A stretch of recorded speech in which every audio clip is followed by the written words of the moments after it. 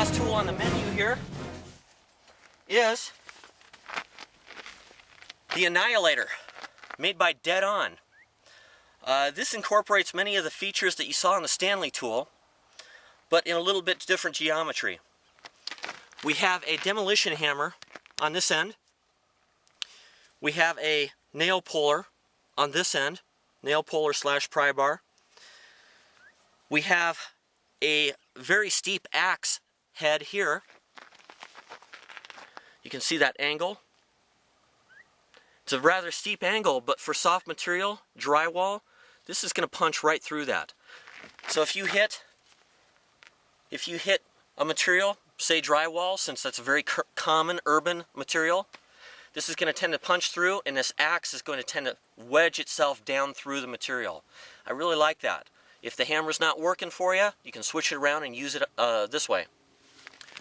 You've got a board bender here that's going to work for both 1x2s, 2x4s, and 2x6s. Insert the board this way, it's going to give you a twisting force, or even a picking up force. You can actually pick up 2x4s, 2x6s, and move them out of the way. Now this other end is kind of interesting. We've got a pointed end down here with a plastic cover on it. Actually, it's like a real hard rubber or a soft plastic. And this end is pointed. Now in here you can see that it's got a nail puller, and it also has a wrench. I forget what size this is. I'll annotate it. I went to do that and forgot, and it's not listed on the package. But I kind of like this pointed end. It's good and bad. It's good in that this is going to penetrate through material like better than any of these other tools that I have. If I hold it like this, I can drive this into drywall, and it's going to go in real easy.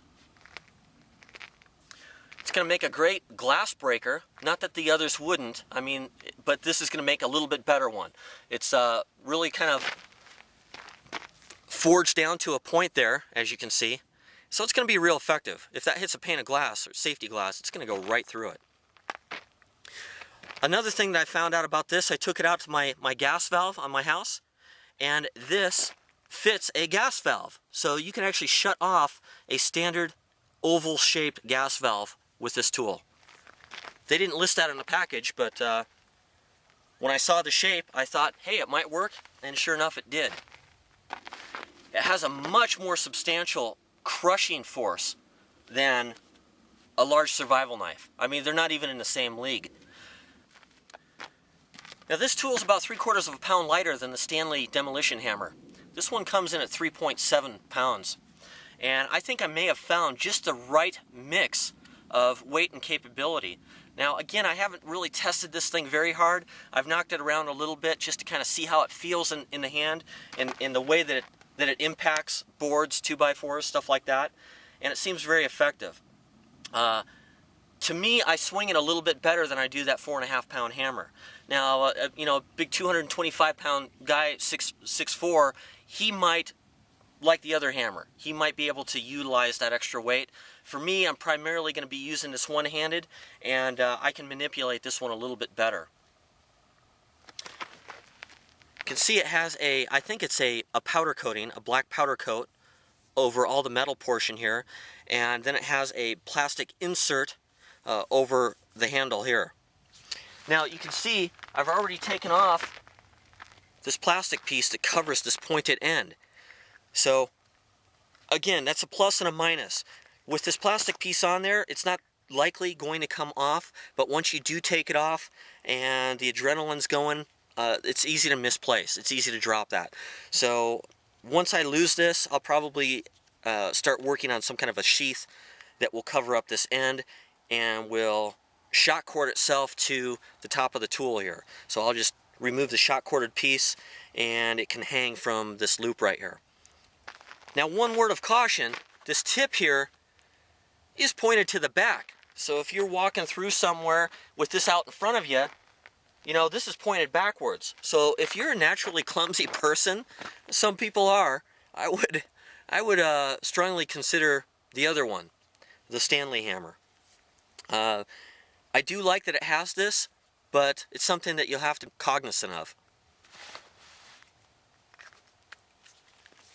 Okay guys, let me give you a quick tour here. Wouldn't you know it, I forgot my tripod plate that goes onto the tripod here. So I've had it resting here. A little unconventional, but you have to make do sometimes. I try to remember so many things. I even carry a spare. I just didn't have my spare with me. Oh well, live and learn. Here's the back of the vehicle, and here's the various tools. You can kind of see them, you know, a bit of a size comparison there. Here's the dead-on Annihilator, the Stanley demolition hammer, the 17-inch Stanley wrecking bar. This is the 5/8" thick, 24-inch long gooseneck crowbar. I still like to call it the Half-Life Multi-Tool. And here's my old Mac tool. So I'm kind of leaning towards these two right now. I'm not sure how much time I'll be spending with these various tools, but wanted to show you these all lined up. And then I wanted to show you what I've been carrying just experimentally to see how it works.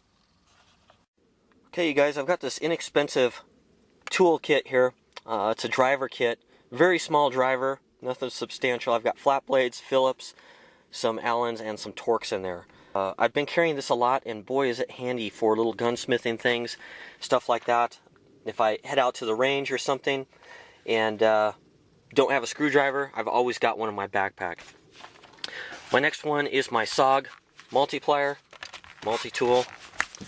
You've seen this, it's got its own video, I think two-part video. Working it here with one hand. These are things that I've been carrying every day. I've recently added this to the mix. This is a heavy-duty wire cutter. Basically, you know, a real sharp set of shears. And I've been using these a bit just to test them out, and they've been going through every material that I've cut like butter.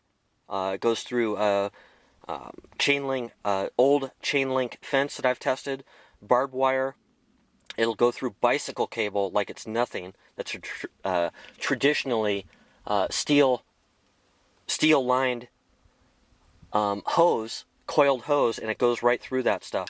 So a very capable tool.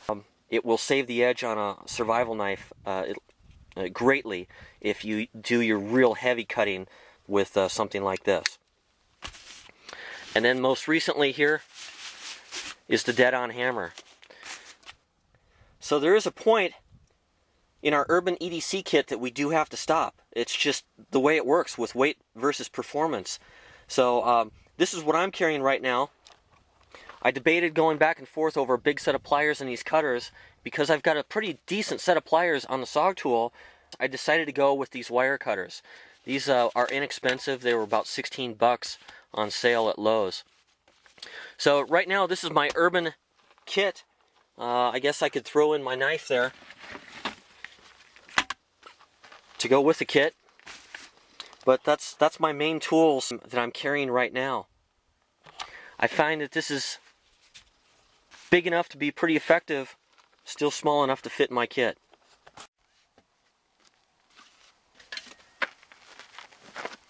Well guys, that's about all I've got for you right now. The sun's setting and it's lighting up the mountains back here just beautifully, so I think I'll stop and show that to you. Just gorgeous tonight.